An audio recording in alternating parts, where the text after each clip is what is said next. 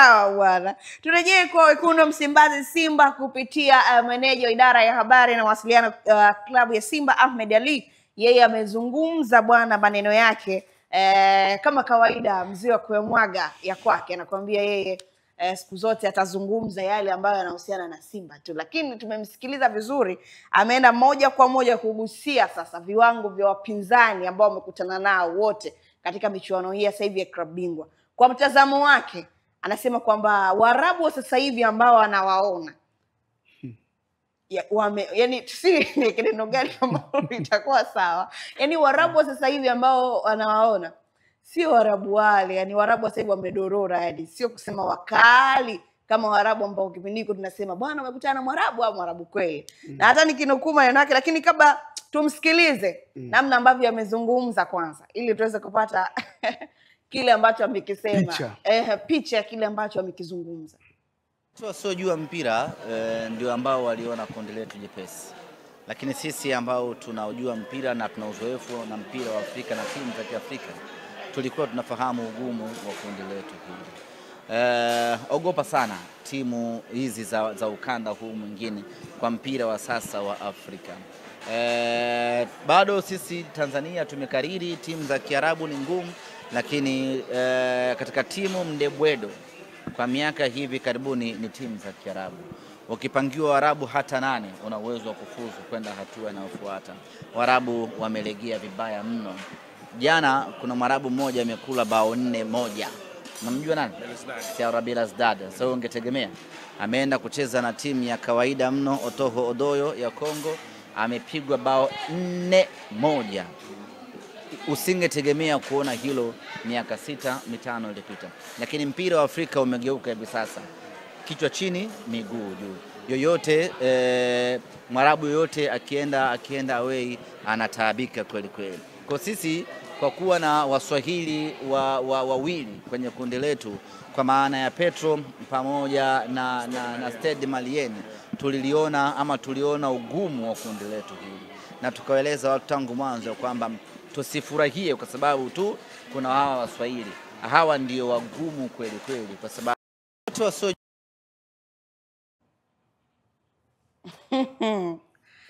bwana. Huyo ndo semaji la CAF Ahmed Ali. Nimependa tu hapo nakwambia bwana, kwa kipindi cha hii from miaka hii ya karibuni Waarabu wamekuwa mdebwedo. Hata ukipangiwa Waarabu 8 kwenye kundi moja bado utafuzu tu. Mkenge, si unanielewa? Mimi ngoja nikwambie kitu. Bila kuwakosea heshima timu za Uarabuni kwa maana kutoka kaskazini, na bila kumkosea heshima Ahmed Ali, kitu ambacho sisi tunajiandareti, sisi tumepandisha sana ubora Kaina. Ubora wetu tumepanda kwa 1% kubwa sana. Tumepandisha ubora kiasi ambacho timu kufuzu hatua ya makundi sio story. Timu kuingia hatua robo finali sio story. Mimi nakumbuka Kaina, ukiachana mwaka 93, 2003 Simba imetoa Zamalek na ikaingia hatua makundi. Katika hatua makundi ambayo haikwenda kushinda hata mechi moja. Lakini watu walikufa pale airport. Na miongoni mwa siku ambazo mwekezaji wa Simba alitembea kidali wazi pale airport. Unaweza ukaona hiyo. Lakini leo hii timu zinafuzu kawaida tu. Timu za robo finali kawaida. Yaani leo hii timu za Tanzania katika mashindano ya CAF zinadaiwa kikombe. Zimepiga sana hizi robo finali, zimepiga sana nusu finali, zimeingia mpaka finali. Ndani ya miezi 5 Simba na Yanga maiza finali za CAF. Kwa hiyo sio kama wale wapungua ubora, ila sisi tumepandisha soksi zetu. Kwa sababu kama unakumbuka Kaina, sisi wapinzani wetu walikuwa kiovu. Wapinzani wetu sisi walikuwa Gor Mahia. Hata kama Waarabu mdebwedo wewe Mkenge, unavyoona kiwango mfano cha Stade Malien ambacho tumekiona na kile kiwango cha FAR Rabat vinalingana quality zao. Ndio maana nasema mimi siwazungumzie hao. Hao unavyoona. Yaani mimi ninavyoona. Sisi ubora umepanda Kaina. Zamani umeona Stade Malien? Zamani Stade Malien anadumbukia Paris Saint Tunis kama kachukua chache 3. Lakini leo ameenda kwa sababu mimi Kaina watu zamani ukiwa na wachezaji wa zamani wakiwa wamesafiri wakifika tu airport hamsa na kweli wakidumbukia uwanjani 5 kweli. Lakini tazama leo hii Yanga wametoka hapa ameingia Algeria mpaka anatupiwa vichupa. Sio kama wale ubora umepungua, sisi kiwango kimepanda jamani. Tusijidharau. Tukiachana na yote hayo Raymond, kwa matokeo haya ya Simba ambao wanazidi kuyapata siku hadi siku, tunaipa nafasi Simba kuiona hatua ya robo finali. Well, kama wataendelea kwenye kujificha kwenye vichaka ambavyo kama meneja habari na mawasiliano ndani ya klabu ya Simba Ahmed Ally anataka kujificha. Una kichaka gani ambacho umekiona anataka kujificha? Undermine authority ya timu kutoka ukanda huo. Nitakupitisha tu Kaina.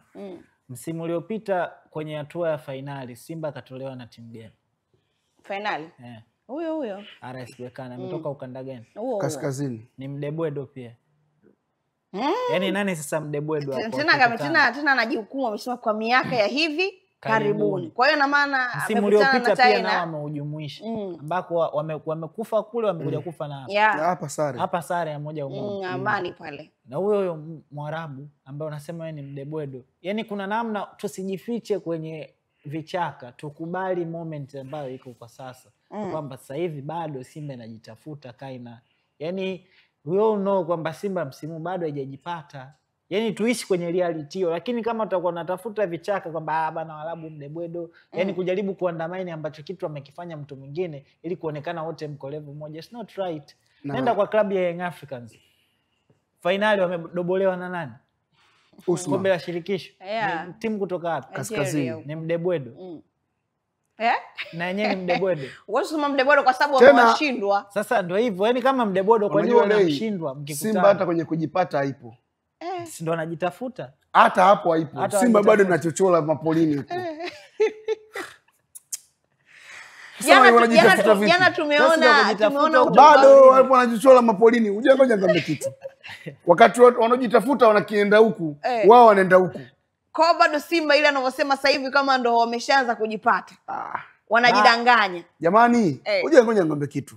Uzuri wa mpira wa miguu sio karata. Simba ipo wapi? Karata ujue unalamba afu unaangalia peke yako.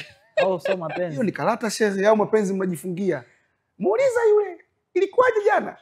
Shehe, mpira ni mpira. Unaekwa patu na watu wote. Sio mshana mimi unaona kuna siku moja mimi kwenye ubora. Kwa hiyo nimeenda Jangwani pale. Jangwani nimeenda kipindi kile kocha Roman Fozi. Nani yule bwa mdogo wa Ruata nikipanduka. Kawashua Mike na mwenzake le nani yule anamuita nani? Wile. Kawashua Mike basi kajilamba pale. Unamsikiliza? Yanga na kuzangocha nani hawa? Walotoa wa Malawi wa Silver Strikers. Basi kamaliza pale nikamuuliza kaka, Yanga hii unayozungumza hii ambayo na sisi tunaiona au kuna nyingine mnaiona nyinyi peke yenu Afriki? Wakaenda pale Malawi kachukua chuma kimoja safi kabisa. Kwa hiyo hata maneno yanazungumza Ahmed Ally sawa, sisi tumejipata. Ndio najiuliza Simba hii ambayo jana tumeiona au kuna Simba nyingine ambayo iko bunju si atuone? Kwa hiyo na kuniambia Simba sasa hivi bado ipo kichakani huko. Bado ipo kichakani kwenye kujitafuta bado. Kwenye timu kwenye nchi ambazo zimeingiza timu 4 kwenye michuano ya CAF. Waarabu hapo. Yaani hiyo nchi ambazo sasa ndio wengi hao. Ndio kwa umetawala. Kwa bado ni Mdebwedo. Na ukitaka kuamini Waarabu wengi mpaka wanasema ndio wenye mpira wao. Na ukitaka kuamini Waarabu wengi mpaka hawatoshi. Kwenye makundi yote, kwenye Champions League hadi kwenye Confederation. Waarabu hawakosi kwenye kila kundi. Na tazama kwenye kundi la Yanga hadi wako Waarabu 3 na sisi wapa Matumbi 1. Kwenye kundi la Singida naye yuko Mwarabu Rosdadi. Azam yuko Mwarabu. Juzi ambaye ametoka kumkana. Yaani hawakwepeki. Hawakwepeki. Kwenye kundi la Simba yuko Esperance kwenye msimu aliyejitetea peke yake ni Young Africans kwa Waarabu. Sawa, lakini tukiachana na yote hayo, tumeona jana bwana meneja kiutofauti na vile ambavyo alikuja hapa katika uwanja wa nyumbani. Nazungumzia kwa upande wa kikosi chake. Jana tumeona amewapa nafasi strikers wake wote 3 wamecheza. Alianza na Mwalimu, akaja akafuata Soa, akaingia na Mukwala ndani, yaani wote akawaingiza kwa wakati mmoja. Naomba achambue Mkenge kwa ufanisi. Mkenge hii kwako. Mimi binafsi pengine labda nilivyoona sio kitu kibaya, kwa sababu tutarudi pale pale. Kama ni nafasi wachezaji wamezipata, lakini hatujaona namna ambavyo wamezitumia kwa uzuri. Pengine mwalimu sasa, kutokana na utofauti wa mpinzani wa jana anakutana nao, aliona umuhimu wa strikers kuwaweka. Lakini wewe Mkenge, tunapaswa kumlaumu tena Pantev kutokana na kuanzisha strikers watatu? Anapaswa kulaumiwa. Kwa nini? Ngoja nikwambie kitu Kaina. Unajua mwalimu ni kama baba katika familia. Mwalimu ukishapoteza control ya dressing room, ni kama baba umepoteza familia yako. Kuna baadhi ya vitu vinafanyika ndani ya klabu vinaonyesha kabisa ndani ya dressing hakuna umoja. Kwa sababu taarifa mimi nilizo nazo, baada ya mechi ya kwanza hapa dhidi ya wale Petro Atletico, watu wakatoka hapo kwa mazoezini pale Bunju. Wametoka hapo wakaenda wakarudi mazoezini Bunju. Mwalimu anaambia wachezaji tumepoteza nafasi nyingi za kufunga. Yuko mchezaji mmoja kanyosha kidole, sitaki nimtaje jina. Bwana mimi nitamtaja bwana. Sawa, kama utamtaja hata kwa unamjua wewe. Sawa, akasema. Akawa anasema watu wamekosa nafasi, lakini walikosa nafasi ni kina nani? Tulizitafuta nafasi na zikapatikana. Ila kuna watu baada ya kupatikana hizo nafasi, watu walikosa nafasi ni kina nani? Na naambiwa baada ya mzaji kusema kauli hiyo wazaji wote wamecheka. Ina maana wanajua shida nini. Kwa hiyo unaweza ukaona moja kwa moja Pantev manager ameshaipoteza dressing room, kwa sababu mpira unachezwa dressing room. Kinachokuja kufanyika ni kiwanjani baada ya kufanya kazi kubwa sana kwenye vyumba. Mimi nafikiri kipindi hiki ambacho ligi inaenda kusimama miezi miwili, Simba inapaswa kuachana huyu bwana, itafute mwalimu mwingine. Nakwambia Kaina, hii haichekeshi. Itafute mwalimu mwingine ambaye, na itafute mwalimu, isitafute meneja. Itafute mwalimu. Utaki tena mambo ya meneja Mkenge. Itafute mwalimu mwingine ambaye atakuja kuishape timu. Kwa sababu mimi nakwambia Kaina, leo nitaandika kwa kipindi hiki tena timu ya Jonathan Soa wa Singida akikutana Jonathan Soa wa Simba, wanapiana ugomvi ya wishi. Kwa sababu jiulize, of course siwezi kuandarate Singida, lakini Singida sio Simba. Soa wa Singida alikuwa ni top. Tazama leo hii Soa. Ndo Soa alikuwa Singida yule. Kwa kipindi hiki ambacho ligi inaenda kusimama kupisha mashindano AFCON, mimi nafikiri ndo kipindi ambacho Simba impe thank you bwana Pantev. Na dirisha dogo linakuja, kuna baadhi ya maingizo yanapaswa kufanyika, ikiwemo ingizo la golikipa.